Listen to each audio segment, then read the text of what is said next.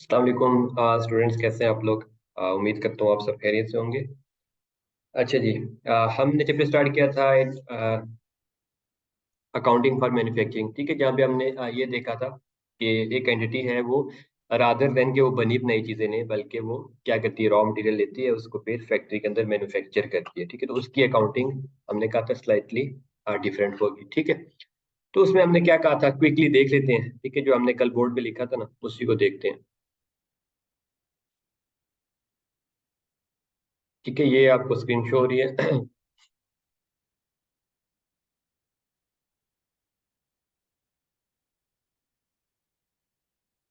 हाँ, ठीक है। इसमें हमने क्या कहा था, फैक्ट्री लेजर्स बनते हैं। ठीक है, फैक्ट्री के अंदर जो भी कॉस्ट है। ठीक है, फैक्ट्री लेजर हमने क्या कहा था, पांच किस्म के हैं। ठीक है, एक डायरेक्ट मटेरियल का लेजर बनेगा अलग से, एक डायरेक्ट लेबर का। इन दोनों के अलावा जो भी फैक्ट्री के सारे खर्चे हैं, ठीक है, डायरेक्ट मटेरियल और डायरेक्ट लेबर के अलावा। ठीक है, डायरेक्ट मटेरियल और लेबर क्या होती है, आप पिछले कुछ लेक्चर में हमने ये कंप्लीटली कवर कर चुके हैं। ठीक है, ये देखें, डायरेक्ट मटेरियल का लेजर बनता था, ठीक है, डायरेक्ट लेबर का। इन दोनों के अलावा जो भी फैक्ट्री का सारे के सारे खर्चे हैं ना, indirect labour, indirect material, depreciation, rent, ये वो सारा कुछ वो ओवरहेड्स में जाता था। ठीक है, तीन अकाउंट, ये तीनों अकाउंट्स क्लोज होके जाते थे कि इसमें वर्क इन प्रोग्रेस में, ठीक है, वर्क इन प्रोसेस में। और वर्क इन प्रोसेस क्लोज होता था फिनिश गुड में, और फिनिश गुड क्लोज होता था कॉस्ट ऑफ सेल में। ठीक है, ये हमने बात लिखी हुई थी। अब ये, ठीक है, यहाँ तक याद कर लें, होगा कैसे अभी हम सवाल करें। ठीक है, क्या है, तीन अकाउंट बनते हैं। ठीक है, direct material, direct labour, FOH. ठीक है, तीन अकाउंट्स क्लोज होते हैं वर्क इन प्रोग्रेस में। ठीक है, जाहिर बात है, ये चीजें जब किसी पे लगती हैं तो डायरेक्ट तो नहीं फिनिश गुड बन जाती है, एक टाइम लगता है। ठीक है, ये तो नहीं है मटेरियल रखा और फौरन से फिनिश गुड में, नहीं, पहले वो आधी तैयार होगी, फिर उसमें मजीद काम होता चला जाएगा और फिर वो फिनिश गुड। ठीक है, तो सारा कुछ ये पहले वर्क इन प्रोग्रेस में जाता है। ठीक है, वर्क इन प्रोग्रेस से फिर फिनिश गुड में, और फिनिश गुड से जब चीज बिकती है तो कॉस्ट ऑफ सेल में चली जाती है। तो आज हम पहले इसकी ना अकाउंटिंग एंट्री सीख लेते हैं। ठीक है, और फिर साथ में एक छोटा सा कॉन्सेप्ट है, एब्जॉर्प्शन या ठीक है, एफओएच, एब्जॉर्प्शन रेट वाला। ठीक है, अंडर या ओवर एब्जॉर्ब, वो हम देख लेते हैं, और उसके बाद हम आ, आ, अपने प्रैक्टिस क्वेश्चन शुरू करेंगे। ठीक है। अच्छा, इसके अलावा एक मैंने कहा था, एक स्टेटमेंट आपको बनाना सिखाई थी, जिसे हम क्या कहते थे, मैन्युफैक्चरिंग स्टेटमेंट। ठीक है, मैन्युफैक्चरिंग स्टेटमेंट। ठीक है, उसमें क्या था, ये स्टेटमेंट आई होप अभी तक आप याद कर चुके हैं। Opening stock of raw material, ठीक है, डायरेक्ट लेबर मटेरियल की बात हो रही है। ठीक है, क्योंकि इनडायरेक्ट तो हमने क्या क्या था, रॉ मटेरियल में जाता ही नहीं, वो नीचे जाता है कहाँ पर, फैक्ट्री ओवरहेड। ठीक है, डायरेक्ट मटेरियल और डायरेक्ट लेबर के अलावा सारे खर्चे फैक्ट्री ओवरहेड में जाते हैं। ठीक है, opening stock of raw material आ गया, फिर परचेजेस की, फिर परचेजेस रिटर्न की, तो total raw material available for production. ठीक है, उसमें से जो रह गए तो बाकी के के बाकी रॉ मटेरियल यूज हो गया प्रोडक्शन में, फिर लेबर और एफओएच ऐड किया आपने, और फिर ये आ गई टोटल मैन्युफैक्चरिंग कॉस्ट। उसमें work in progress opening add करना है, क्लोजिंग माइनस करना है, तो कॉस्ट ऑफ गुड्स मैन्युफैक्चर्ड बनाई गई। उसमें हमने कहा अच्छा ये बनाई गई है, लेकिन कुछ पहले की बनी बनाई पड़ी थी, तो उसमें ऐड कर दिया, और जो इस साल के आखिर में पड़ी हुई हैं फिनिश गुड्स, ठीक है, उनको क्लोजिंग फिनिश गुड माइनस किया, तो ये आ गई वो चीजों की कॉस्ट जो, उन चीजों की कॉस्ट जो सेल हो गई। कॉस्ट ऑफ गुड्स सोल्ड का क्या मतलब, उन चीजों की कॉस्ट जो सेल हो गई है। तो ऐसे हम कॉस्ट ऑफ सेल निकाल लेते थे मैन्युफैक्चरिंग में। ठीक है, ट्रेडिंग में तो हमने कहा था बिल्कुल सिंपल है, वो एक अकाउंट बनता है, opening purchases, purchase return minus करें, क्लोजिंग स्टॉक माइनस करें, तो डायरेक्ट ही कॉस्ट ऑफ सेल आती है। ठीक है, इसमें मटेरियल के साथ लेबर, एफओएच वाली सारी चीजें, वर्क इन प्रोग्रेस वगैरह ऐड होते हैं। ठीक है, ओके, ठीक है, ये तो एक क्विक रिवीजन हो गया कल की। अब मैं आपको एक छोटा सा कॉन्सेप्ट सिखाता हूँ। ठीक है, उस कॉन्सेप्ट का नाम है, पहले हमने देखा हुआ था, दोबारा लेट्स से ये। ठीक है, बिस्मिल्लाहिर्रहमानिर्रहीम। अच्छा, उस कॉन्सेप्ट का नाम है जी एब्जॉर्प्शन। ठीक है, एब्जॉर्प्शन कराना। ठीक है, एब्जॉर्प्शन रेट कैसे निकलता है। ठीक है, या जिसे हमने क्या कहा था, प्री डिटरमाइंड रेट, एक चीज होती है। ठीक है, ठीक है, इसमें हमने क्या कहा था कि फैक्ट्री की जो कॉस्ट है, ठीक है, अदर देन डायरेक्ट मटेरियल और लेबर। ठीक है, डायरेक्ट मटेरियल और लेबर हमने क्या कहा था, वो डायरेक्ट कॉस्ट होती है जो पर यूनिट हमें पता होता है कि यार एक कुर्सी बनाऊंगा तो इतनी लकड़ी लगेगी, और एक कारपेंटर के इतना टाइम लगेगा। ठीक है, इतनी उसको तनख्वाह, एक कुर्सी बनाने में लेट्स सपोज 100 रुपये लेता है, तो वो हमें डायरेक्ट ही पता है। उसके अलावा जो फैक्ट्री कॉस्ट है ना, स्पेसिफिकली फैक्ट्री की फिक्स्ड कॉस्ट।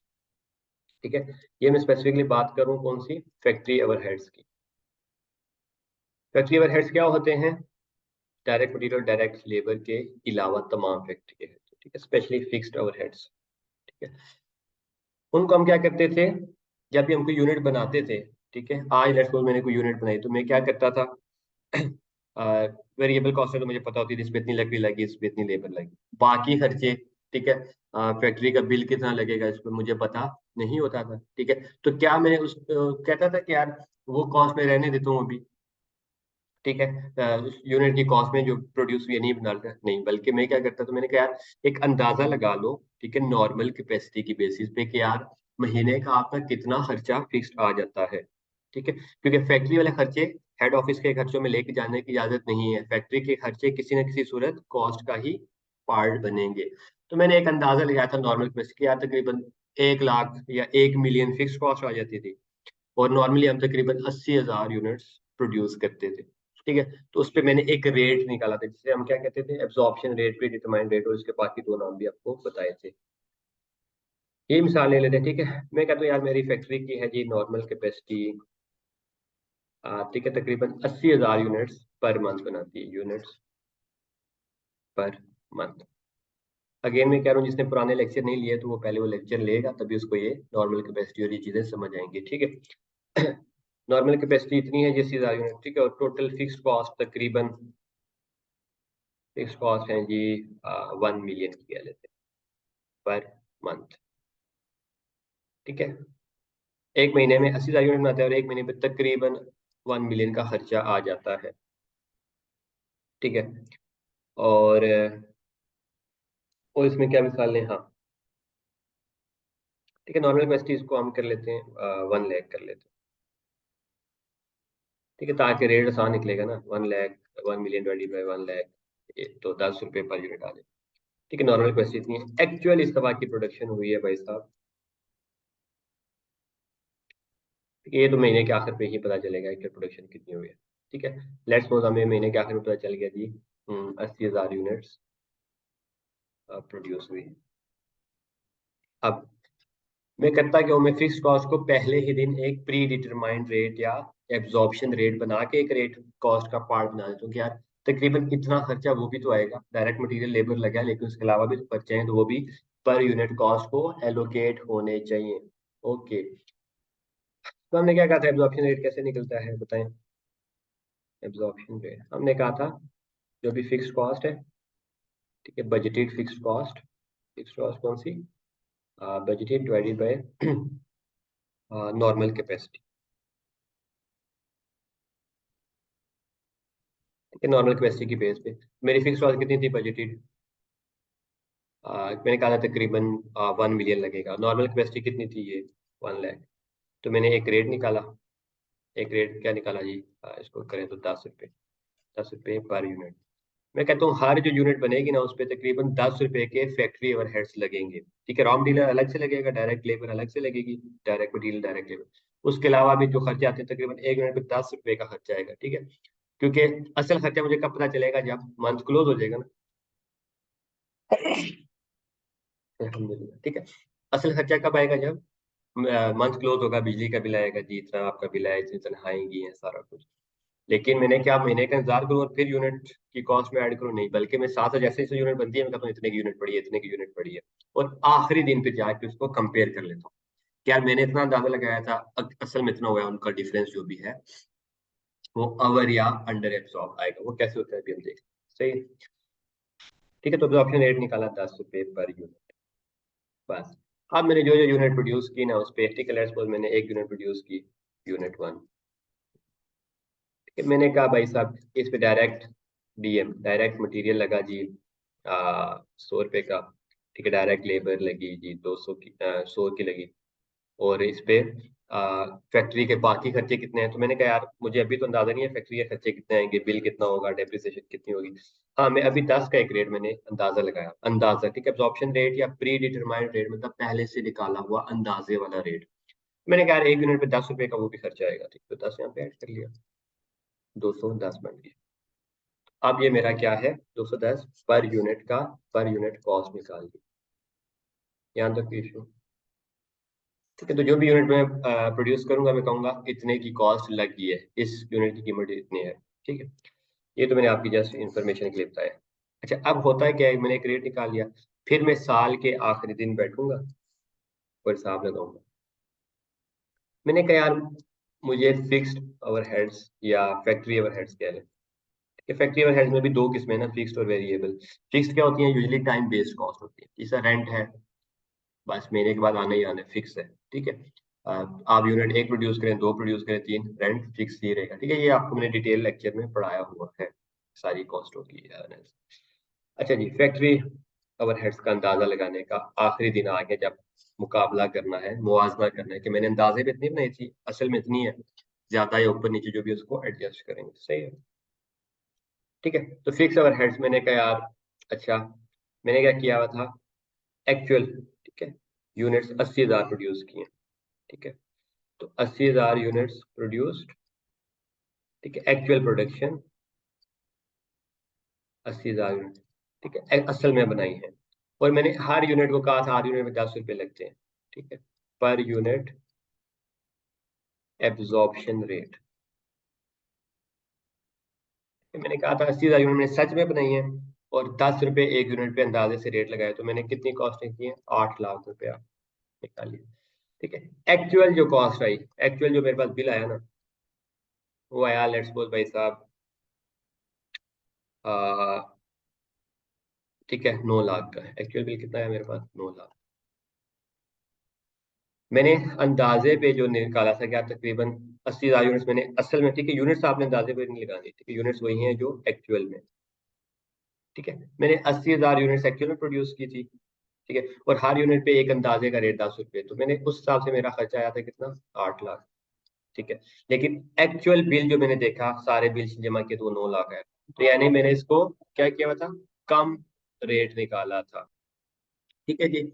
मैंने क्या कहा कि यार मैंने अंदाजे के मुताबिक तकरीबन मैंने कहा था यार, 80,000 यूनिट्स बना लिए मैंने, ये सच, ये प्रोडक्शन सच वाली एक्चुअल प्रोडक्शन। लेकिन रेट क्या था, मैंने कहा यार 10 रुपए एक यूनिट पे आते तो 8 लाख। लेकिन जब हकीकत में मैंने कॉस्टें देखी, एक्चुअल बिल्स या एक्चुअल कॉस्टें आई मेरे पास, तो वो 9 लाख की थी।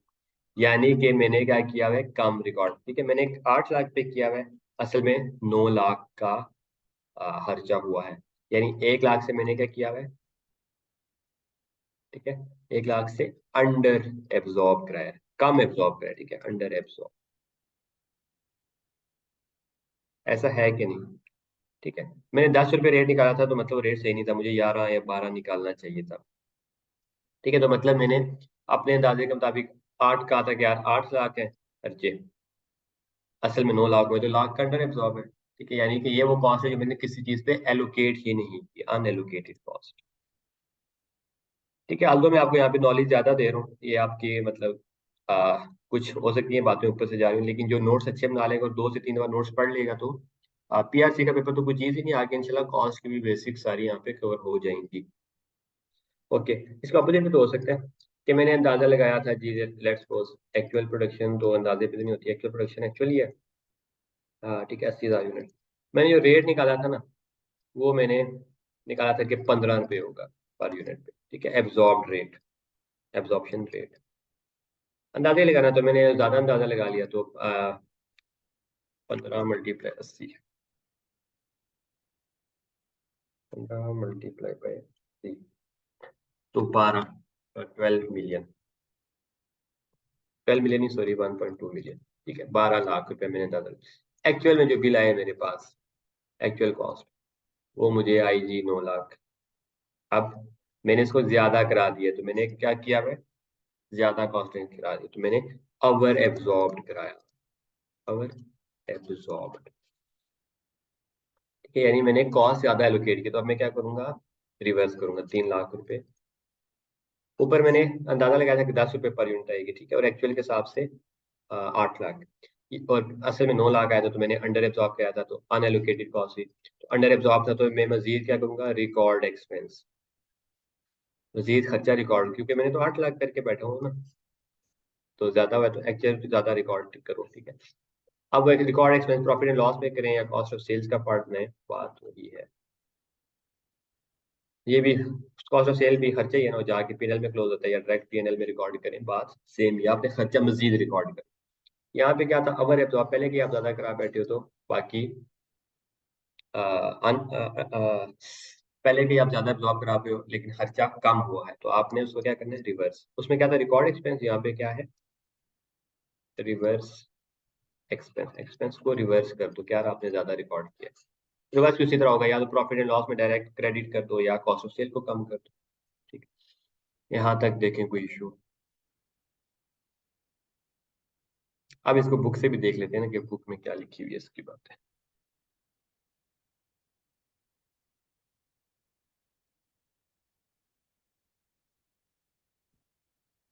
ठीक है, ये आ गया भाई साहब, ये प्री डिटरमाइंड एब्जॉर्प्शन रेट। ठीक है, बुक है आपकी और पेज नंबर है 288। ठीक है, पेज नंबर 288।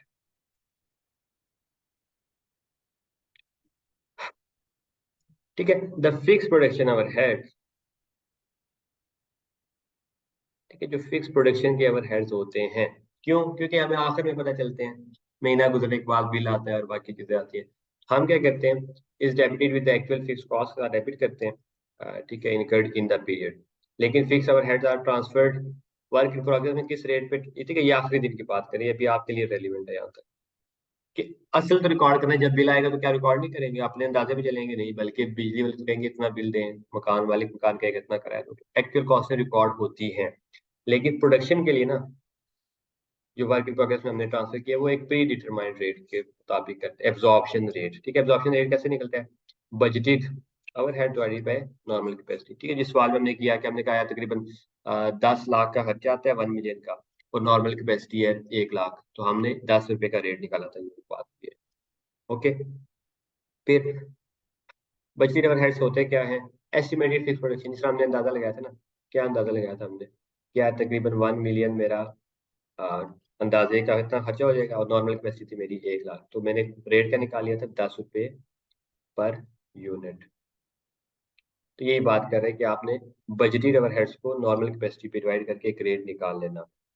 ठीक है, क्या रेट निकाल के काफी है बात नहीं, बल्कि एक्चुअल ओवरहेड्स तो आएंगे ना, जब महीना गुजरेगा तो अकाउंटिंग पीरियड में जितने भी खर्चे हैं उसके बिल से सारा कुछ आ जाएगा। तो आखिरी दिन आप क्या करोगे, उसको ओवर या अंडर एब्जॉर्ब निकालोगे। ठीक है, और अंडर एब्जॉर्ब कैसे निकलेगा, एब्जॉर्ब्ड ओवरहेड्स जिस रेट पे एब्जॉर्ब कराया माइनस एक्चुअल ओवरहेड्स। ठीक है, जिस तरह हमारे सवाल में हमने एब्जॉर्ब किस रेट पे कराया था, 10 रुपए के हिसाब से 80,000 यूनिट प्रोड्यूस किए, तो हमने 8 लाख कहा था कि यार ये हमारे, और असल में बिल कितना आया था, एक्चुअल ओवरहेड 9 लाख, तो मतलब हमने 1 लाख से क्या किया था, अंडर एब्जॉर्ब। ठीक है, तो अंडर या ओवर एब्जॉर्ब जो भी है उसको रिकॉर्डिंग करते हैं। ठीक है, एब्जॉर्ब ओवरहेड का क्या रेट है, वही actual production multiply absorption rate. ठीक है, ये आपका फॉर्मूला याद करना है, इंपॉर्टेंट फार्मूला है। ठीक है, एब्जॉर्ब ओवरहेड्स क्या थे, हमने कहा था प्रोडक्शन को कभी सिर्फ रेट एब्जॉर्ब होगा। ठीक है, प्रोडक्शन हमेशा एक्चुअल ही होगी। ठीक है, ये देखें एक्चुअल प्रोडक्शन। क्या, हम सवाल में आपको दोबारा दिखा देता हूँ, क्योंकि ये बेसिक कॉन्सेप्ट है, ये आपने क्लियर करना है। ये देखें, ठीक है, मैंने क्या किया, सबसे पहला काम कि अंदाजे वाली कॉस्ट है भाई, और नॉर्मल कैपेसिटी पे एक रेट निकाल लिया, यहाँ तक क्लियर है, एब्जॉर्प्शन रेट। फिर मैंने क्या कहा, एक्चुअल प्रोडक्शन जितनी भी एक्चुअल प्रोड्यूस की मल्टीप्लाई एब्जॉर्प्शन रेट जो कि 10 रुपए है। तो ये मेरे पास आ गए एब्जॉर्ब्ड ओवरहेड्स। इन टोटल को हम क्या कहते हैं, एब्जॉर्ब्ड ओवरहेड्स। टोटल कितने एब्जॉर्ब्ड ओवरहेड्स। ठीक है, ये एब्जॉर्ब इसका जो भी है, फिर एक्चुअल के साथ कंपेयर किया और अंडर या ओवर एब्जॉर्ब निकला। ठीक है, और देख लेते हैं बुक में ऐसा ही हुआ है। चलिए जी, देखिए वही चीज है, actual production units multiply absorption rate से एब्जॉर्ब कराया, तो क्या आ गया, एब्जॉर्ब ओवरहेड्स। उसको एक्चुअल के साथ माइनस कर दिया, जो भी डिफरेंस है वो ओवर या अंडर एब्जॉर्ब आएगा। ठीक है, यहाँ तक कोई मसला है किसी का। अब सीखनी है हमने ओवर या अंडर एब्जॉर्ब की अकाउंटिंग एंट्री, क्योंकि हम तो अकाउंटेंट है ना, हमने तो उसकी एंट्री सीखनी है कि यार, ठीक है, क्या उसकी एंट्री होगी। अच्छा जी, मैंने आपको क्या कहा था, फैक्ट्री में क्या बनता है, डायरेक्ट मटेरियल का लेजर बनता है एक, फिर डायरेक्ट लेबर का बनता है, उसके अलावा जो कुछ भी है सारा प्रोडक्शन ओवरहेड में जाता है, ऐसा है कि नहीं। तो यहाँ पे हम डायरेक्ट मटेरियल और डायरेक्ट लेबर को हम एब्जॉर्ब नहीं करा सकते, वो सच में हमें पता है कि एक यूनिट पे इतनी लकड़ी लगती है, एक पे इतनी लेबर लगती है। ठीक है, तो वो एक्चुअल में ही आएगा। मसला क्या आता है, फिक्स्ड ओवरहेड्स में। ठीक है, और हाउस पे ओवरहेड्स में क्या हमें उस वक्त पता नहीं होता। तो हमने देखे प्रोडक्शन ओवरहेड का अकाउंट बनाया, दिस वन, टी अकाउंट, ठीक है। और हमने वर्क, अच्छा इसमें आप देखें, ठीक है, ये आपको मैं एक सवाल कराता हूँ उसके बाद ये एंट्रीज करवा, ठीक है। अभी फिलहाल आपको उसकी एंट्री याद रखें, ठीक है।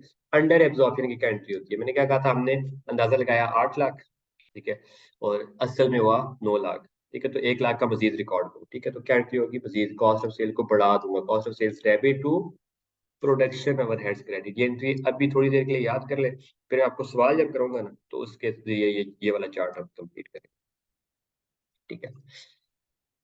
तो अंडर एब्जॉर्ब क्या है, मजीद रिकॉर्ड करो, कॉस्ट ऑफ सेल्स को डेबिट, ओवरहेड्स क्रेडिट, ठीक है। ये ओवरहेड्स क्रेडिट क्यों है, क्योंकि ओवरहेड्स पहले ही ओवरहेड्स का अकाउंट बनता है एक्चुअल पे, ठीक है, लेकिन आपने अंदाजे पे कम किया हुआ है, ठीक है।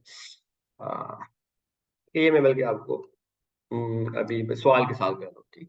अच्छा, फिर ओवर एब्जॉर्ब, अगर आपने ज्यादा एब्जॉर्ब कराया तो फिर मैंने क्या कहा था, रिवर्स कर दो, तो cost of sale expense credit, expense जब कम होता है तो क्या होता है, क्रेडिट होता है, और प्रोडक्शन ओवरहेड्स डेबिट, ठीक है। ये दो एंट्री आपने याद रखनी है, ठीक है। कम एब्जॉर्ब किया तो मजीद करा दो, तो कॉस्ट ऑफ सेल को बढ़ा दो, cost of sales debit, production overhead credit. कम और ज्यादा कराया तो कॉस्ट ऑफ सेल को कम कर दो, cost of cell credit, production overhead debit, ठीक है। ये एंट्री याद करें, और फिर हम इसका सवाल करते हैं।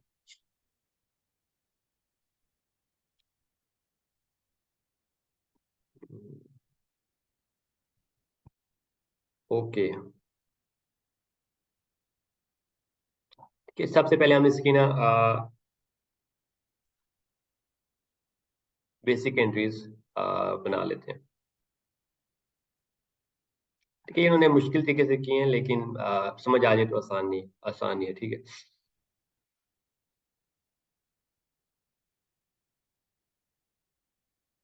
चलें जी, यहाँ से पढ़ लेते हैं, समझ लेते हैं। आप मुझे एक बात बताएं कि जब मटेरियल परचेज करते हैं तो क्या एंट्री होती है, ठीक है, परपेचुअल के अंदर, ठीक है, परपेचुअल के अंदर inventory debit to payables credit, ऐसा है कि नहीं। और देखें यहाँ पे भी ये एंट्री, ठीक है, परचेज ऑफ रॉ मटेरियल की क्या एंट्री होती है, inventory debit to payables credit, ठीक है। हेड ऑफिस में जो बंदा बैठा हुआ है वो क्या एंट्री करेगा,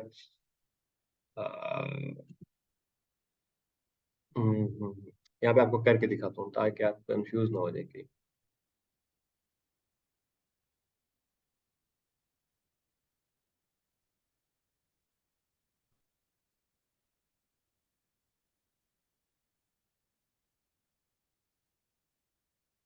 ठीक है, ये सिंपल एंट्रीज हैं, ये सिंपल एंट्रीज बुक से देखते हैं, और जहाँ पे कॉम्प्लेक्सिटी आएगी हम डिस्कस कर लेंगे, ठीक है। रॉ मटेरियल परचेज करने की क्या एंट्री होती है, रॉ मटेरियल्स डेबिट, ठीक है, और पेबल्स या कैश क्रेडिट, इसमें तो कोई मसला नहीं है ना, ये तो हम रिकॉर्ड करते हैं परपेचुअल में, डायरेक्ट ही इन्वेंट्री रिकॉर्ड हो जाती है। फिर सैलरी जब आप तनख्वाही लोगों को देंगे तो क्या होगा, सैलरीज एक्सपेंस या पेरोल एक्सपेंस डेबिट, और कैश में देंगे तो कैश क्रेडिट, ये एंट्री हुई, ठीक है। फिर फैक्ट्री के सारे खर्चे जो होंगे, बिल, डायरेक्ट लेबर, ये सारा कुछ, वो सारे सारे खर्चे expense and expense debit to cash में दिया तो कैश क्रेडिट, तो ये प्रोडक्शन ओवरहेड्स क्या है, प्रोडक्शन ओवरहेड एक्सपेंस डेबिट, ये एक्सपेंस है, ठीक है। Production overhead expense debit, cash credit, ठीक है।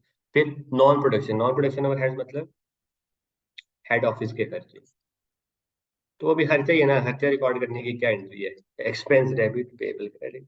ऑपरेटिंग एक्सपेंस है, प्रोडक्शन एक्सपेंस होता तो फैक्ट्री में आता, फैक्ट्री ओवरहेड्स डेबिट हो जाते हैं, प्रोडक्शन ओवरहेड। नॉन प्रोडक्शन है तो operating expense, admin expense debit. फिर डेप्रिसिएशन की एंट्री क्या होती है, depreciation expense debit to accumulated depreciation credit, ठीक है। उसकी एंट्री क्या होती है, डेप्रिसिएशन की एंट्री, ठीक है, depreciation expense debit to accumulated depreciation credit, ऐसे ही है ना। अब बात यह है कि डेप्रिसिएशन जो हेड ऑफिस वाला बंदा रिकॉर्ड करता है ना, वो सारी की सारी रिकॉर्ड करता है, ठीक है, सारी, सारे एसेट्स की, जो जो ऐसे डेप्रिशिएट हो रहे हैं ना आई 16 के स्कोप में, वो सारी। अब उसमें से कुछ एसेट्स होते हैं हेड ऑफिस में पड़े होते हैं, ठीक है, जैसे हेड ऑफिस में फर्नीचर, हेड ऑफिस की गाड़ी, हेड ऑफिस की बिल्डिंग, ठीक है। लैंड तो डेप्रिशिएट नहीं होती ना, ओके। फिर कुछ डेप्रिसिएशन होती है प्लांट में, प्लांट की गाड़ी, प्लांट पे जो मशीनरी लगी है वो, ठीक है। प्लांट के अंदर जो गाड़ियां इस्तेमाल हो रही हैं वो, प्लांट वाली बिल्डिंग वो, ठीक है। तो ये हेड ऑफिस वाला बंदा क्या करता है, सारी ही एंट्री रिकॉर्ड करता है। लेकिन हमने कहा यार रिकॉर्ड सारे एक्सपेंस होगा लेकिन दो हिस्सों में, ठीक है।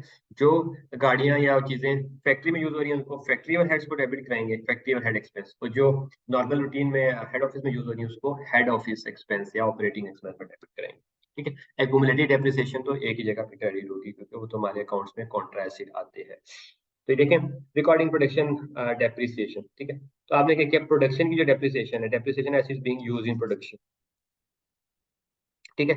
तो प्रोडक्शन और हेड्स डेबिट, जो हेड ऑफिस में है तो उनको हेड ऑफिस है, पूरा ही इन दोनों का आप सम करेंगे ना तो पूरा ही एक्सपेंस बनेगा, ठीक है। लेट्स सपोज मेरा 100 रुपया पूरा डेप्रिसिएशन है, मेरा तो 80 रुपये डेप्रिसिएशन वो है जो हेड ऑफिस के एसिड्स वगैरह की, और 20 रुपये फैक्ट्री वालों की। तो 20 वाली जो फैक्ट्री वाली है वो प्रोडक्शन में डेबिट, 80 वाली हेड ऑफिस वाली ऑपरेटिंग में डेबिट, बाकी एक्यूमुलेटेड डेप्रिसिएशन टोटल से गए, ठीक है। जस्ट ये खर्चे को दो हिस्सों में तोड़ने की एंट्री है, डेप्रिसिएशन को जो फैक्ट्री के एसिड उनको फैक्ट्री वाली प्रोडक्शन ओवरहेड में लेके जाओ, जो हेड ऑफिस के उनको ऑपरेटिंग एक्सपेंसेस में लेके जाओ। दिस इज एज सिंपल, ठीक है, ये एंट्री है।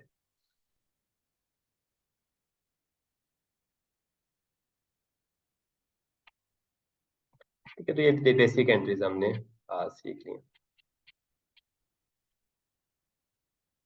ठीक है। इसमें आई होप कोई मसला नहीं होगा। चलें जी।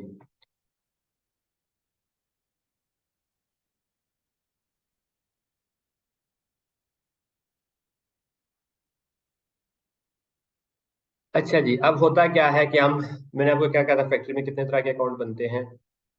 डायरेक्ट मटेरियल का अकाउंट बनता है, ठीक है, ये, ठीक है। फिर डायरेक्ट लेबर का अकाउंट बनता है, और फिर बाकी प्रोडक्शन और हेड, ठीक है। नॉन प्रोडक्शन और हेड का तो यहाँ से चक्कर ही नहीं है ना, नॉन प्रोडक्शन और हेड्स कहाँ में जाते हैं, हेड ऑफिस के खर्चे हैं ये तो, हेड ऑफिस में जाएंगे।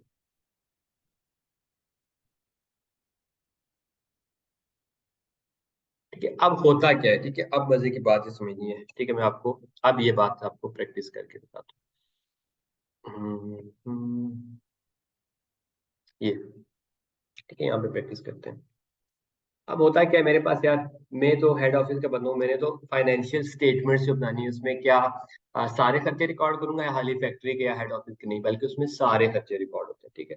तो जो जब ये मटेरियल लिया है ना, फाइनेंशियल अकाउंटेंट को तो कुछ नहीं पता, ठीक है, उसने तो खर्चा दिखाना है। कॉस्ट अकाउंटेंट को यार ये ध्यान रखना है कि कौन सी प्रोडक्शन की है कौन सी प्रोडक्शन की नहीं है। फाइनेंशियल अकाउंटेंट ने जो भी रॉ मटेरियल लिया ना, ठीक है, सारा, उसको नहीं पता डायरेक्ट मटेरियल क्या होता है, इनडायरेक्ट क्या होता है, सारा डायरेक्ट। उसने जो भी सामान लिया उसको क्या पता ये सामान डायरेक्ट लेके, ठीक है। लेट्स सपोज लेज वाली कंपनी ने आलू लिए तो वो डायरेक्ट मटेरियल है, ठीक है। और जो भी इनडायरेक्ट मटेरियल क्या होगा, जो निग्लिजिबल क्वांटिटी में यूज होता है, ठीक है, या मेन किसी यूनिट पे लोकेट नहीं किया जा सकता, ठीक है। जिस तरह उसने पैकिंग मटेरियल ले लिए सारे, पैकिंग मटेरियल, ठीक है। तो उसने क्या, हेड ऑफिस वाले ने क्या किया भाई, सारा ही उसके लिए तो रॉ मटेरियल ना, खाम माल डब्बे आए हैं, बस उसने उठा के सारी इन्वेंट्री डेबिट, कैश में दिया तो कैश क्रेडिट कर दिया, ठीक है। तो हेड ऑफिस वाले ने क्या किया, सारे खर्चे डेबिट कर दिए यहाँ पे। इसी तरह लेबर की भी, जितनी भी उसने तनख्वाहें दी, ठीक है, वेजेस या लेबर, उसने ये नहीं कहा यार फैक्ट्री वाले अलग होंगे उनको अलग से तनख्वाह दूंगा, ठीक है, 4 दिन बाद दूंगा जी, हेड ऑफिस वालों को अलग से, मार्केटिंग वालों को अलग से।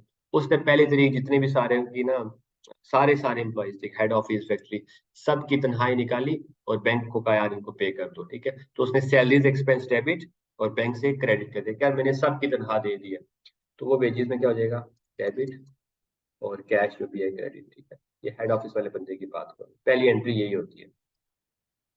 इसी तरह जो भी फैक्ट्री का रेंट है, बिल है बिजली का, सारा कुछ उसने क्या किया, सारे एक्सपेंसेस को जितना रेंट आया जमा करा दिया, तो expense debit to bank credit, ठीक है। फैक्ट्री का भी रेंट बीच में शामिल है, हेड ऑफिस का भी बीच में शामिल है, सारे जितने खर्चे पे किए, क्योंकि अकाउंटेंट हमने क्या कहा था, सारी एंट्री बस खर्चे पे किए, एक्सपेंस रिकॉर्ड कर देते हैं। अब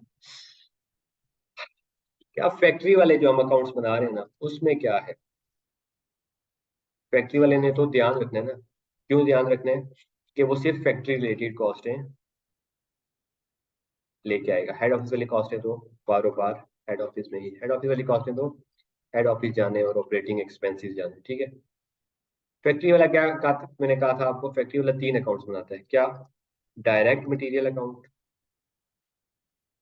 ठीक है, डायरेक्ट लेबर अकाउंट, वो डायरेक्ट मटेरियल डायरेक्ट लेबर के अलावा जो भी सारे खर्चे हैं वो एक और अकाउंट है, over head account, over heads account, ठीक है। इन तीनों को वो वर्क इन प्रोग्रेस में क्लोज कराता है, वर्क इन प्रोग्रेस से वो फिनिश गुड में क्लोज करता है, वहां से कॉस्ट ऑफ गुड्स सोल्ड निकालता है। ऐसा है कि नहीं? तो अब एंट्री जब हेड ऑफिस वाला करेगा तो पहली एंट्री वो क्या करेगा, पहले तो पूरा एक्सपेंस रिकॉर्ड करेंगे। लेट्स सपोज रॉ मटेरियल का एक्सपेंस है, उसने जितना भी रॉ मटेरियल परचेज किया, raw material debit, let's suppose 1 lakh का, टू कैश क्रेडिट, खत्म, पहली एंट्री ये होगी। लेकिन at the same time factory वाला क्या कहेगा, यार ये पूरा आपका रॉ मटेरियल था, बिल्कुल ठीक था, लेकिन मेरे लिए तो मैंने डायरेक्ट मटेरियल को अलग से रिकॉर्ड करना है, इनडायरेक्ट को अलग से प्रोडक्शन में ओवरहेड में लेके जाना, तो इसको वो इसकी क्लासिफिकेशन करेगा, ठीक है। वो क्या कहेगा, पूरा रॉ मटेरियल नहीं है, सबको क्रेडिट करो, रॉ मटेरियल क्रेडिट, ठीक है, 1 लाख से, इसमें से 90,000 का डायरेक्ट मटेरियल है, ठीक है, तो डायरेक्ट मटेरियल को अलग से रिकॉर्ड करो, डायरेक्ट मटेरियल डेबिट, ठीक है, और सॉरी 90,000 का, ठीक है, और 10,000 का इनडायरेक्ट मटेरियल, तो उसको फैक्ट्री ओवर हेड में लेके आओ। बात सेम ही है, ठीक है, सिर्फ उसने 2 हिस्सों में तोड़ा। हेड ऑफिस वाले ने क्या कहा था, पहली एंट्री क्या की थी कि यार मैंने इतना खर्चा पे कर दिया, इधर है ये, ठीक है, 1 लाख रुपया मटेरियल आया, मटेरियल डेबिट, कैश क्रेडिट। इसने कहा यार 1 लाख का मटेरियल नहीं है, बल्कि 2 हिस्सों में तोड़ो इसको, ठीक है, तो इसने वक्ती तौर पे, आर्जी तौर पे इसको रिवर्स किया और 2 खर्चे रिकॉर्ड किए, है वही है बात, ठीक है। यानी कि लेट्स सपोज, मिसाल लेता हूँ, आपके अबू ने तनख्वाह लेके आए घर में, ठीक है, कोई भी लेट्स सपोज 1 लाख रुपया, ठीक है।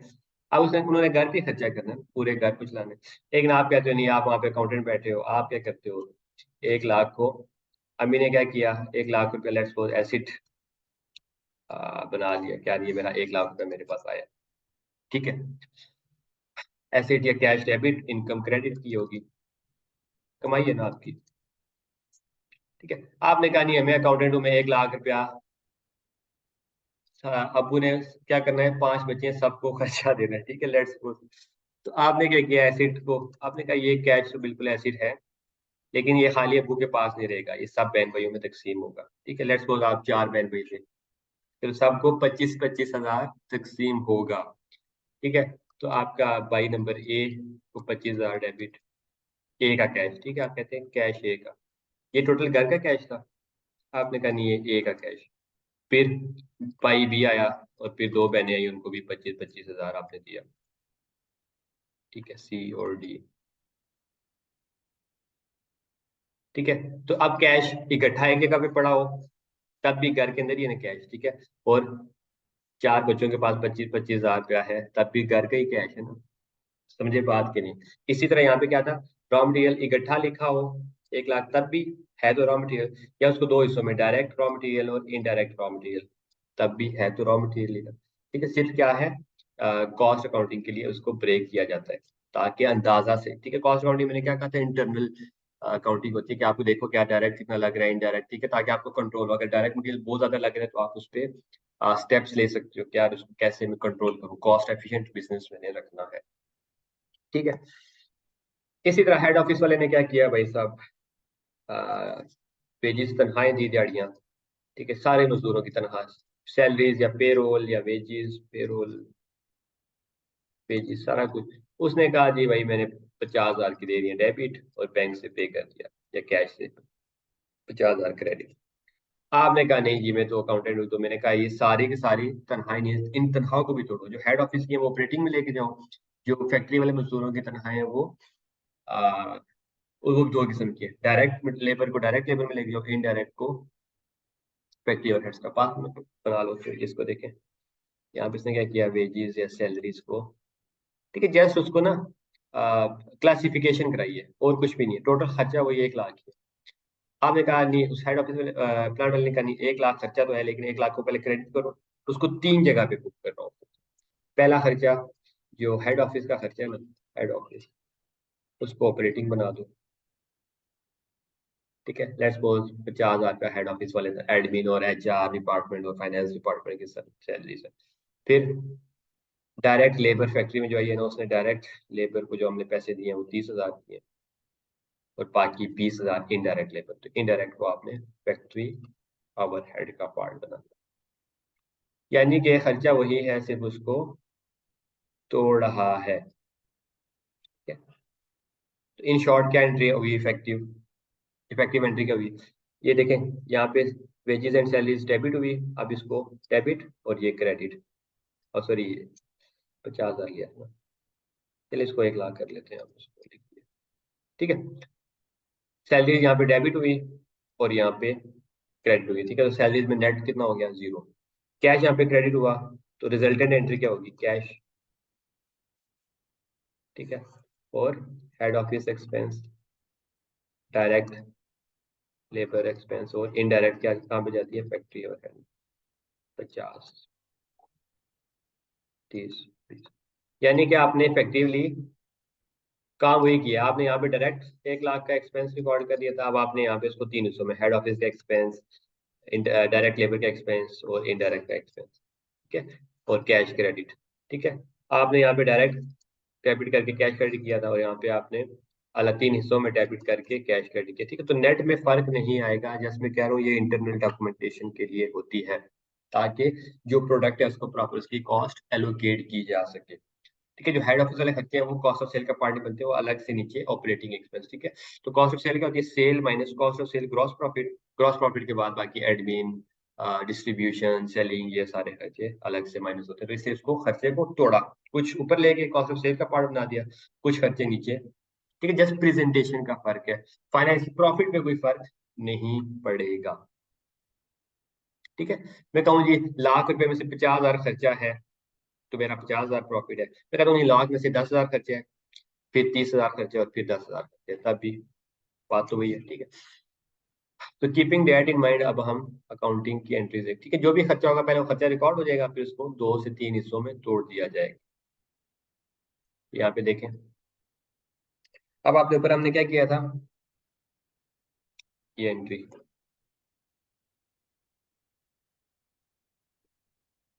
ठीक है, ये एंट्री, पहली एंट्री क्या की टोटल खर्चा रिकॉर्ड जब किया, payroll expense debit, cash credit. ठीक है, ये फिर मैंने इसको कहा अच्छा पेरोल एक्सपेंस डेबिट हुआ हुआ मजा नहीं आ रहा मुझे। ठीक है, मैं इसको क्रेडिट करता हूँ, और जहां जहां खर्चा हुआ है वहां वहां पे रिकॉर्ड करता हूँ। तो इस एंट्री को आप देखेंगे अगले पेज पे, ये मैंने पेरोल को क्रेडिट किया, मैंने कहा यार ये खर्चा सिर्फ पेरोल का नहीं है बल्कि 2 हिस्सों का है। तो जो नॉन प्रोडक्शन मतलब फैक्ट्री हेड ऑफिस के खर्चे वो ऑपरेटिंग एक्सपेंस डेबिट किया, और जो प्रोडक्शन किया वो प्रोडक्शन ओवर हेड में डेबिट किया। ठीक है, फिर आपने क्या किया था, पूरी ही इन्वेंट्री यहाँ पे रिकॉर्ड की थी, इन्वेंट्री डेबिट कैश क्रेडिट। मैंने कहा नहीं भाई साहब, पूरी नहीं होगी, बल्कि क्या आपको करना क्या चाहिए था, आपको ये करना चाहिए था कि जो डायरेक्ट मटेरियल है ना वो तो ठीक है, डायरेक्ट मटेरियल डेबिट होना चाहिए था, जो इनडायरेक्ट मटेरियल है वो मटेरियल में नहीं बल्कि वो फैक्ट्री ओवरहेड डेबिट होना चाहिए था। मैंने यहाँ पे यही किया फिर। ठीक है, डायरेक्ट मटेरियल उसी तरह पड़ा हुआ है, जो इनडायरेक्ट हिस्सा है उसको फैक्ट्री या प्रोडक्शन ओवरहेड डेबिट कर दिया।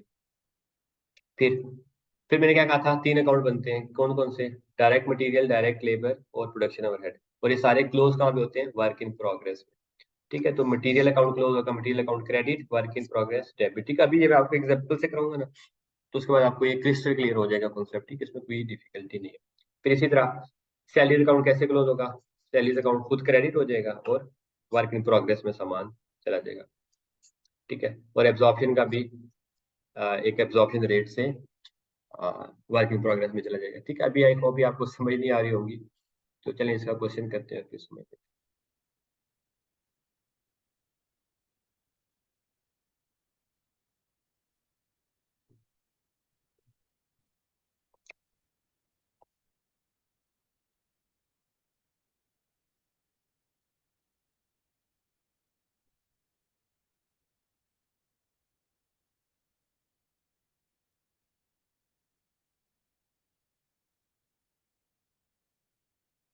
ठीक है, अच्छा पहले ऐसा करते हैं कि हम ये प्रोडक्शन स्टेटमेंट बनाना सीखते हैं। ठीक है, वो एंट्रीज आप याद कर लें, अगले सवाल में वो अप्लाई होंगी। ठीक है, कल हमने क्या सीखा था, एक मैन्युफैक्चरिंग स्टेटमेंट। ठीक है, मैन्युफैक्चरिंग अकाउंट हम बनाते थे, मैन्युफैक्चरिंग अकाउंट। ठीक है, जो हमने कल बनाना फॉर्मेट सीखा था, चलें उसी की मदद से हम ये क्वेश्चन सॉल्व करते हैं। Example 4, page number 296। ठीक है, सारे अपनी अपनी बुक्स पे पेज 296 खोलें और ये क्वेश्चन पढ़ें। इससे हम मैन्युफैक्चरिंग स्टेटमेंट बनाना सीखते हैं। ठीक है, बेसिक क्वेश्चन है सबसे। ठीक है, दो काम है इस चैप्टर में, फैक्ट्री अकाउंट्स या फैक्ट्री लेजर और मैन्युफैक्चरिंग अकाउंट। ठीक है, फैक्ट्री लेजर के हमने थोड़ा बहुत देख लिया है कि तीन तरह के अकाउंट होते हैं और वो कैसे क्लोज होते हैं, उसका हम सवाल करेंगे। मैन्युफैक्चरिंग स्टेटमेंट हमने बनाना कल सीखी थी, उसका भी प्रैक्टिस क्वेश्चन करेंगे। ठीक है, तो ये आप क्वेश्चन पढ़ लें।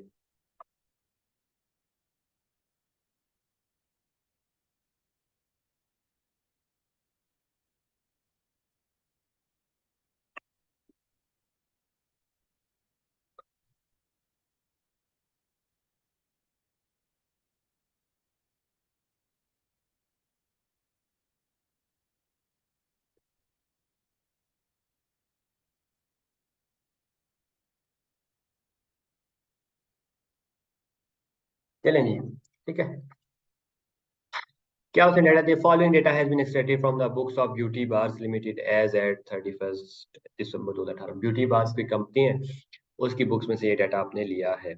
आपने बनाना क्या है, प्रीमेक का मैन्युफैक्चरिंग अकाउंट, मैन्युफैक्चरिंग अकाउंट बनाना है और स्टेटमेंट ऑफ कॉम्प्रिहेंसिव इनकम बनानी है फॉर द ईयर एंड, मतलब पूरे साल का बनाना है। ठीक है, तो मैन्युफैक्चरिंग अकाउंट का फॉर्मेट आपको याद होगा, क्या होता था कि सबसे पहले ऊपर opening raw material plus purchases minus purchases return और क्लोजिंग माइनस करते थे तो वो आ जाता था हमारे पास। ठीक है, ठीक है, फिर उसके ऊपर डायरेक्ट लेबर और प्रोडक्शन ओवरहेड्स ऐड करते थे और उसके बाद आपकी टोटल फैक्ट्री कॉस्ट उसमें work in progress opening add closing minus फिर finish good opening add closing minus खलास। ओके, ठीक है, तो अब हम पहले पढ़ लेते हैं। अच्छा, उसने क्या बताया हुआ है, डाटा कुछ दिया है, रॉ मटेरियल एज है, मतलब ओपनिंग रॉ मटेरियल दिया हुआ है, opening work in progress finish good दिया है, फिर परचेजेस दी हुई है, सेल्स, क्या सेल्स आती थी मैन्युफैक्चरिंग स्टेटमेंट में, नहीं, कि सेल्स का तो कोई काम ही नहीं था ना, ये अलग से, ये एसोसिएट क्यों दिया हुआ है, एसोसिएट बनाने के लिए, स्टेटमेंट ऑफ कॉम्प्रिहेंसिव इनकम या प्रॉफिट एंड लॉस भी कहते हैं। डायरेक्ट लेबर हमारा आता था बिल्कुल, रेंट, रेंट क्या था, फिक्स्ड ओवरहेड था, ये भी हमारा आता था। ठीक है, लेकिन रेंट उसको बताया नहीं है फैक्ट्री का रेंट है या हेड ऑफिस का रेंट, हेड ऑफिस का रेंट डायरेक्ट एक्सपेंस बनेगा, फैक्ट्री का रेंट कॉस्ट ऑफ सेल का पार्ट। तो ये देखिए नीचे लिखा है, रेंट एंड इलेक्ट्रिसिटी अपोर्शन करना है। ठीक है, जो भी रेंट है बिजली का बिल है वो आपने 70% फैक्ट्री को देना, 30% हेड ऑफिस को। ठीक है, हम कैलकुलेट कर लेंगे। इलेक्ट्रिसिटी बिल आ गया, ऑफिस, ऑफिस की सैलरी, ऑफिस की सैलरी तो डायरेक्ट क्या है, हेड ऑफिस का खर्चा है ना, ऑफिस की सैलरी है। फैक्ट्री की सैलरी होती है तो वो फैक्ट्री का पार्ट। फिर डेप्रिसिएशन इतनी हुई है जी, ऑफिस की डेप्रिसिएशन ये तो हेड ऑफिस में जाएगी, हाँ फैक्ट्री की है ये मैन्युफैक्चरिंग स्टेटमेंट में जाएगी। एडवर्टाइजमेंट फिर ये हेड ऑफिस ने एडवर्टाइजमेंट की है और फिर क्लोजिंग चीजें आ गई। ठीक है, तो सबसे पहले मैं आपको फॉर्मेट बनाता हूँ और यहाँ से फिगर पुट करते हैं, तो देखिएगा आप सवाल सॉल्व। ठीक है, ये क्वेश्चन आपके सामने खुला रहना चाहिए अपनी बुक्स में। ठीक है, मैं अभी आपको इसको सवाल करा देता हूँ।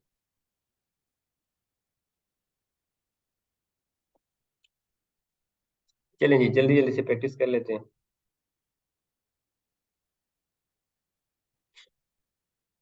क्या बनाऊंगा सबसे पहले, ब्यूटी बार्स लिमिटेड एक कंपनी है, इसकी मैंने क्या बनानी है, मेनू। ठीक है, वही फॉर्मेट, बस जिसको आता होगा वैल्यू पुट करके वो निकाल, आंसर निकाल लेगा। छोटी मोटी कैलकुलेशन होगी वो हम अगले लॉन्ग क्वेश्चन में देखेंगे, इसमें तो कुछ वो कैलकुलेशन भी नहीं है। ठीक है, तो मैन्युफैक्चरिंग अकाउंट बनाना है या मैन्युफैक्चरिंग स्टेटमेंट। क्या कहा था हमने, दो काम, या तो फैक्ट्री लेजर बनाओ या का ऑप्शन है। ठीक है, या ये बना लो तो आंसर सेम आएगा। ठीक है, हम अगला जो लॉन्ग क्वेश्चन करेंगे उसमें दोनों चीजें बनाएंगे तो हम देखेंगे जवाब सेम है।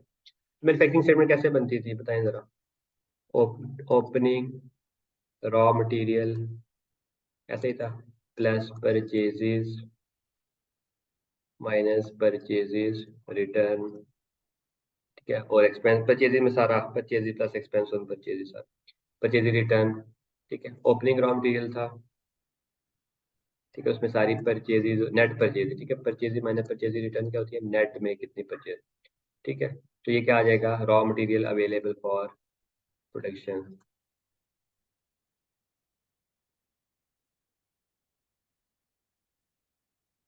ठीक है, opening raw material plus purchases की, कि कुछ सामान पहले का पड़ा है, कुछ मजीद खरीदा, तो ये अवेलेबल फॉर प्रोडक्शन है।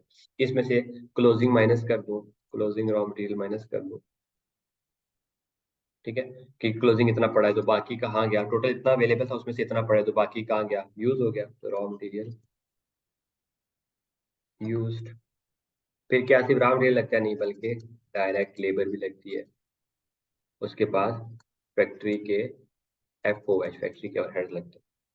ठीक है? तो ये मिला के टोटल क्या बन जाता है हमारे पास, टोटल मैन्युफैक्चरिंग कॉस्ट या टोटल फैक्ट्री कॉस्ट रुपया।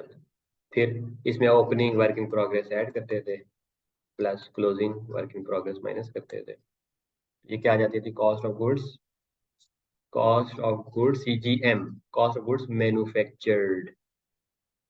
इसमें से फिर फिनिश गुड्स ओपनिंग ऐड करते थे और क्लोजिंग फिनिश गुड माइनस करते थे। हमारे पास क्या आ जाता था, cost of goods sold, C G S. ठीक है, बस ये फॉर्मेट है, आप वहां से फिगर्स उठाएं जरा। ओपनिंग रॉ मटेरियल बोले क्या पड़ा है। ठीक है, इन्वेंट्री, ठीक है, मैंने अपने पास दूसरे लैपटॉप में सवाल खोला है, आपने अपने पास बुक्स में खोला होगा। ठीक है, तो ओपनिंग रॉ मटेरियल क्या पड़ा हुआ है, इन्वेंट्री एज एट 1 जनवरी 2018। ठीक है, तीन तरह की इन्वेंट्री है, क्या, raw material, work in progress, finish good. तो इन तीनों को अपनी अपनी जगह पे लिख देते हैं। कैसे लिखेंगे, ये opening raw material, opening raw material के आगे लिखे, ओपनिंग रॉ मटेरियल कितना है, 15,000। ठीक है, opening work in progress, opening work in progress किधर आता है, यहाँ पे इसके सामने लिखा कितना, 10,000। और ओपनिंग फिनिश गुड कितनी, 25,000। ठीक किया। फिर फिर सवाल के सबसे आखिर में चले जाएंगे, क्या लिखा है, inventory as at 31 December closing. ठीक है, तो क्लोजिंग लिख देते हैं, क्लोजिंग रॉ मटेरियल कहाँ पे लिखते हैं, क्लोजिंग रॉ मटेरियल यहाँ पे लिखते हैं, कितना, 11,000। वर्क इन प्रोग्रेस क्लोजिंग कितना है, वर्क इन प्रोग्रेस क्लोजिंग, ये सारा डाटा सवाल में गिवन है, ना गिवन होता तो हम प्लस माइनस करके निकाल सकते थे, लेकिन ये हलवा सवाल है तो उठा के लिखते हैं बस। क्लोजिंग कितना है, वर्क इन प्रोग्रेस 6,000। और फिनिश गुड कितनी है क्लोजिंग, 10,000। ठीक है, सवाल के आखिर में जो तीन लाइनें लिखी हैं उसमें लिखा हुआ फिनिश गुड था। बस आधा सवाल तो हमने यहाँ से छापा मार दिया। फिर सवाल आप पढ़े शुरू से दोबारा से, इन्वेंट्री ओपनिंग लिखते, फिर परचेजेस ऑफ रॉ मटेरियल, तो रॉ मटेरियल की परचेजेस कहाँ पे लिखते हैं, परचेजेस के सामने कितनी, 50,000। ठीक है, फिर देखें कोई परचेज रिटर्न हुई है, सवाल में नहीं बताया तो नहीं हुई, तो 50 जमा 15 कितना हो गया, 65,000। 65,000 का अवेलेबल था, उसमें से 11,000 का पड़ा हुआ है, तो बाकी कितना बचता है, 54,000। 54,000 का क्या हुआ, रॉ मटेरियल यूज हो गया। ठीक है, ये खुद कैलकुलेट करते हैं इन दोनों को, ये। ठीक है, फिर डायरेक्ट लेबर कितनी लगी है, सवाल में बताइए। सेल्स तो हमने कहा हमारे लिए रेलिवेंट है, वो एसओसीआई में जाएगी। डायरेक्ट लेबर बताई हुई है तो 20,000। फैक्ट्री और हेड बताए हुए हैं, हाँ इसको इसको थोड़ा सा हम कैलकुलेट कर लेंगे। ठीक है, फैक्ट्री और हेड की वर्किंग वन बना लें बस। बाकी मेरे पास ओपनिंग क्लोजिंग लिख, सिर्फ एक काम मेरा बस रह गया, क्या, ये फिगर मेरे पास आ जाए, बाकी मेरे पास पूरी स्टेटमेंट रेडी है। कि तो ये स्टेटमेंट निकाल लेते हैं, वर्किंग वन, फैक्ट्री और हेड। फैक्ट्री और हेड हमने क्या कहा था, direct material, direct labour class सारे फैक्ट्री में खर्च। ओके, तो डायरेक्ट लेबर दिया है, रेंट 22,000। ठीक है, रेंट 22,000, ये पूरा 22,000 करते हैं। उससे नीचे क्या लिखा हुआ था, रेंट ऑन इलेक्ट्रिसिटी को तोड़ो, 70% फैक्ट्री को दो, 30% हेड ऑफिस को दो। ठीक है, तो यहाँ पे 22,000 का रेंट है, इसका 70% क्या करो, फैक्ट्री को दो, तो 22,000 का 70% क्या आएगा, कैलकुलेटर, ये कैलकुलेटर चलाना भी साथ सीखने, 22,000 का 70%, 15,400, 15,400। ठीक है, तो 22,000 का 30% कहाँ पे जाएगा, फिर हेड ऑफिस में, ऑपरेटिंग एक्सपेंस में। तो 15,400 30%, 6,600। ठीक है, तो ये वाला जो है फैक्ट्री वाला, ये मेरे पास ही रहेगा फैक्ट्री में, बाकी हेड ऑफिस को भेज दूंगा। एक बात, रेंट, रेंट के अलावा और कौन सा बचेगा? इलेक्ट्रिसिटी, बिजली। अब बिजली में भी हेड ऑफिस वाली बिल्डिंग की जो बिजली है वो हेड ऑफिस में चली जाएगी फैक्ट्री वाली में। तो फैक्ट्री में कितनी हो, कहते हैं 70%। तो बिजली का बिल टोटल है कितना? 18,000। उसका 70% और 18,000 का 30% होता है वो हेड ऑफिस भेजना है। वो मैन्युफैक्चरिंग स्टेटमेंट में नहीं लिखना, मैन्युफैक्चरिंग स्टेटमेंट में सिर्फ फैक्ट्री के करते हैं। ठीक है, तो 18,000 का 70% आता है 12,600, और 30% 5,400। फैक्ट्री वाला उठा के लिखूंगा बस। ठीक है, रेंट आ गया, इलेक्ट्रिसिटी आ गई, ऑफिस सैलरी तो डायरेक्ट ऑफिस का खर्चा है। फिर डेप्रिसिएशन, हाँ, डेप्रिसिएशन कौन सी? प्लांट वाली सिर्फ मैन्युफैक्चरिंग सेट में जाएगी, जो फैक्ट्री की है। हेड ऑफिस की हेड ऑफिस में ही जाएगी। तो फैक्ट्री की कितनी डेप्रिसिएशन है? 3,000। 3,000 ये ऐड कर दें। बाकी ऑफिस की ऑफिस में जाएगी। एडवर्टाइजमेंट भी ऑफिस वाले ही करते हैं। ठीक है, जो फैक्ट्री वाले तो भी एडवर्टाइजमेंट नहीं करते, उनका काम बेचारे सुबह से शाम तक मेहनत मजदूरी करके अपनी प्रोडक्शन करते हैं। ठीक है जी, बस यहाँ तक सवाल क्लियर है तुम्हारा। इन सबको सम करें। 3,000 जमा 12,600 जमा 15,400। ठीक है, 3,000 जमा 12,600 जमा 15,400, 31,000 रुपया। 31,000 मेरा क्या आया? 31,000 मेरा आया फैक्ट्री के ओवरहेड्स, तो ये यहाँ पे ऐड हो देंगे।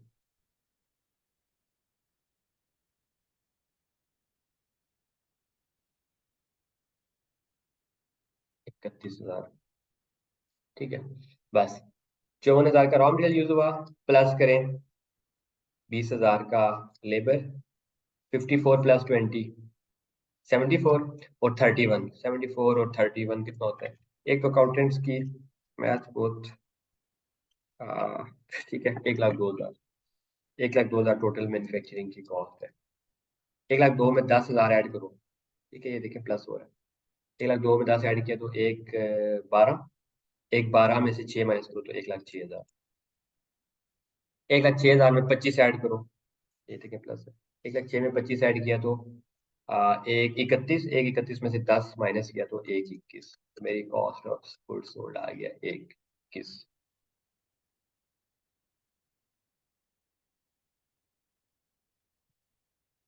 ठीक है, देखें कोई हमने। ठीक है, अब ये हमारे पास क्या आ गई? Cost of goods. ठीक है जी, दोबारा इसको देखते हैं। थोड़ा सा आंसर डिफरेंट आ रहा है कि प्लस माइनस में मसला किया होगा। ठीक है, कॉन्सेप्ट का मसला नहीं होगा। चल, 54 में अगर 20 ऐड करूँ तो कितने बनते हैं? 74। 74 में अगर 30 ऐड करूँ तो 104 और 110। ठीक है, यहाँ पे 105 बनते हैं, हमने 102 लिखा, ये गलती की है। ठीक है, कैलकुलेशन में 1,05,000 में आप 10 ऐड करो तो 1,25। 1,25 में से 6 माइनस करो तो 1,19। ऐसे ही है ना? 1,19 में फिर 25 ऐड करो, ओपनिंग फिनिश गुड। ठीक है, 1,19 में 25 ऐड करेंगे तो कितना बनेगा? एक 144। 144 में से, यार कैलकुलेटर यूज करते हैं। ठीक है, अच्छा, 1,05,000 ये बनी हमारी। उसमें हमने ओपनिंग ऐड किया, वर्क इन प्रोग्रेस 10, 6 माइनस किया 1,09,000। 1,19 नहीं आता, 1,09,000। कैलकुलेशन आपने सही सही कर दी। ठीक है, 1,09,000 में आपने 25,000 फिर ऐड किया, और इसमें से 10,000 माइनस किया तो 1,24,000। ठीक है, 1,24,000 पे आपकी क्या है? Cost of goods sold. ठीक है, तो सीजीएस हमने बना ली पूरी, कॉस्ट ऑफ गुड्स सोल्ड। अब उसे क्या कहता है? एसोसिएट बनाना होता है। एसोसिएट बनाना कौन सी मुश्किल है? ठीक है, स्टेटमेंट ऑफ कॉम्प्रिहेंसिव इनकम। इसमें क्या चीजें आती हैं? दो चीजें, sales minus cost of sales. ये क्या बन जाएगा हमारे पास? ग्रॉस में प्रॉफिट आ जाएगा, ग्रॉस प्रॉफिट। ग्रॉस प्रॉफिट, फिर ग्रॉस प्रॉफिट में से बाकी लेस हेड ऑफिस के या नॉन प्रोडक्शन ओवर हेड्स, या जिसे हेड ऑफिस के खर्चे भी कहते हैं। वो क्या क्या थे? ठीक है, फैक्ट्री हेड ऑफिस का रेंट हो गया, ठीक है, हेड ऑफिस वाली सैलरीज और ये सारी चीज। कि तो सेल्स तो हम खुद तो नहीं बता सकते, वो सवाल में उसने बताई होगी कितने की बेची है। सेल्स कितनी है? 5 लाख। सेल्स कितनी है? 5 लाख। ठीक है, कॉस्ट ऑफ सेल्स अभी हमने निकाली है, कितनी है? ये ऊपर, ठीक है, ये ऊपर 1,24,000। तो sales minus cost of sales कितना आ जाएगा? 1 लाख।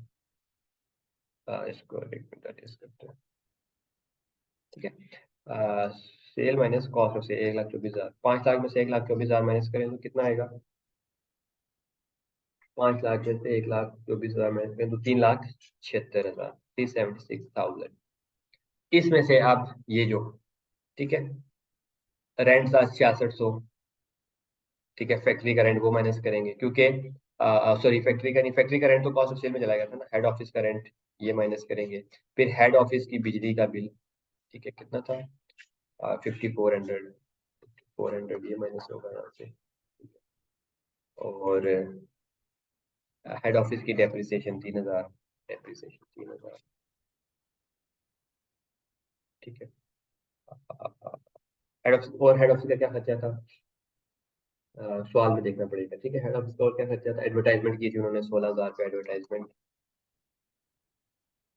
और हेड ऑफिस ने क्या खर्चा किया है? ठीक है, ऑफिस सैलरीज 30,000 की ऑफिस सैलरी, बस ये सारे खर्चे ऑफिस की सैलरीज। ऊपर लिखा ये नीचे, ठीक है, यानी कि हेड ऑफिस के सारे खर्चे। रेंट कितना है? 6600। इलेक्ट्रिसिटी कितना एलोकेट हुई थी? 5400।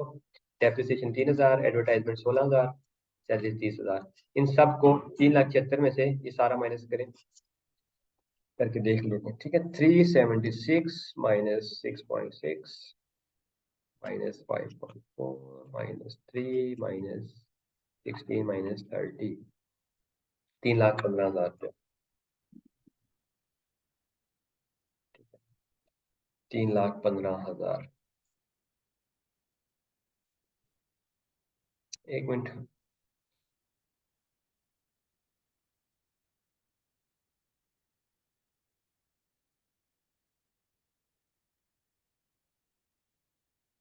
ठीक है, प्लस माइनस आप ठीक से कर लीजिएगा। इस पे फिर कितना फर्क आ रहा है सवाल से? 4,000 का फर्क है, ठीक है। एक बार देख लेते हैं कि क्या क्या फर्क है, ठीक है। कैलकुलेशन आपने बहुत ध्यान से, ठीक है जी। हमने यहाँ पे देखें, डेप्रिसिएशन 3,000 लिखी है, हालांकि फैक्ट ये हमने हेड ऑफिस की लिखी है, तो हेड ऑफिस 3,000 हमने प्लांट की लिखी है, तो ये हमने ऊपर ऐड कर दी थी। हेड ऑफिस की डेप्रिसिएशन है 7,000, ठीक, तो यहाँ पे 7,000 आएगा। हेड ऑफिस की डेप्रिसिएशन माइनस करिए ना, क्योंकि प्लांट की डेप्रिसिएशन तो ऊपर चली गई कॉस्ट, ठीक है। इन सबको आप सॉल्व करेंगे तो आपके पास आंसर आ जाएगा 3,11,000। ये आपका नेट प्रॉफिट बिफोर टैक्स, क्या नेट प्रॉफिट क्या है। तो इस तरह ये क्वेश्चन बन गया। कैसे? देखिए, सेल्स वही है काम, सेल्स हम नॉर्मल लिखते थे ना, मैन्युफैक्चरिंग में भी और ट्रेडिंग में, दोनों में सेम है, सेल्स वही है। कॉस्ट ऑफ सेल में सिर्फ फर्क है, बाकी एक्सपेंसेस भी वही वही वही। कॉस्ट ऑफ सेल ट्रेडर में कैसे बनती थी कि आपने direct opening plus purchases minus purchases return minus closing करके कॉस्ट ऑफ सेल निकाल लेते थे। इसमें क्या है, कॉस्ट ऑफ सेल के लिए एक पूरी स्टेटमेंट बनती है ये, ठीक है। सारा कुछ कर करा के आप निकालते हैं, बस एक चीज का ही फर्क है कॉस्ट ऑफ सेल में, ठीक है। तो अब हमें इससे प्रूफ क्या हुआ प्रैक्टिकली, ठीक है, कि ट्रेडिंग का बिजनेस हो या मैन्युफैक्चरिंग बिजनेस हो, सब कुछ सेम है, सिवाय क्या? सिर्फ और सिर्फ कॉस्ट ऑफ सेल के अलावा, ठीक है। सेल्स भी जैसे होती है नॉर्मल ट्रेड में उसी तरह होंगी। कॉस्ट ऑफ सेल में फर्क पड़ता है, और ट्रेडिंग और इन्वेंट्री में फर्क पड़ता है, दो तरह के फर्क है, ठीक है। कॉस्ट ऑफ सेल में फर्क पड़ेगा और इन्वेंट्री में। ट्रेडिंग वाले के पास एक तरह की इन्वेंट्री होगी, फिनिश गुड, इसके पास तीन तरह की होगी, finish good, raw material, work in progress, ठीक है। तो इससे हमारी आपने स्टेटमेंट बनाना भी सीख लिया और एक क्वेश्चन सॉल्व हो गया है, ठीक है। तो इसको फिर यहाँ तक ही रखते हैं, बाकी एक नेक्स्ट लेक्चर में मुलाकात करते हैं, ठीक है। ये स्टेटमेंट और ये सवाल आपने सॉल्व कर लेना है, और कुछ एंट्रीज आपको बेसिक बेसिक सिखाई हैं वो कर लेनी, ठीक है। कल हम ये करेंगे कि एब्जॉर्प्शन रेट वाला कॉन्सेप्ट समझाया, ये भी याद कर लेना है। और ये जो हमने अकाउंट्स बनाए हैं ना, कल इसका सवाल करते हैं जरा कि हेड ऑफिस में प्लांट फैक्ट्री में 3 अकाउंट्स बनते हैं, डायरेक्ट मटेरियल, डायरेक्ट लेबर और ओवरहेड्स, ठीक है। ये तीनों क्लोज होंगे वर्क इन प्रोग्रेस में, वर्क इन प्रोग्रेस क्लोज होगा फिनिश गुड में, फिनिश गुड क्लोज होगा कॉस्ट ऑफ सेल्स में। तो ये कल इंशाल्लाह हम प्रूव करेंगे। ठीक है, अपना ख्याल रखिएगा। ओके फिर, अल्लाह हाफिज।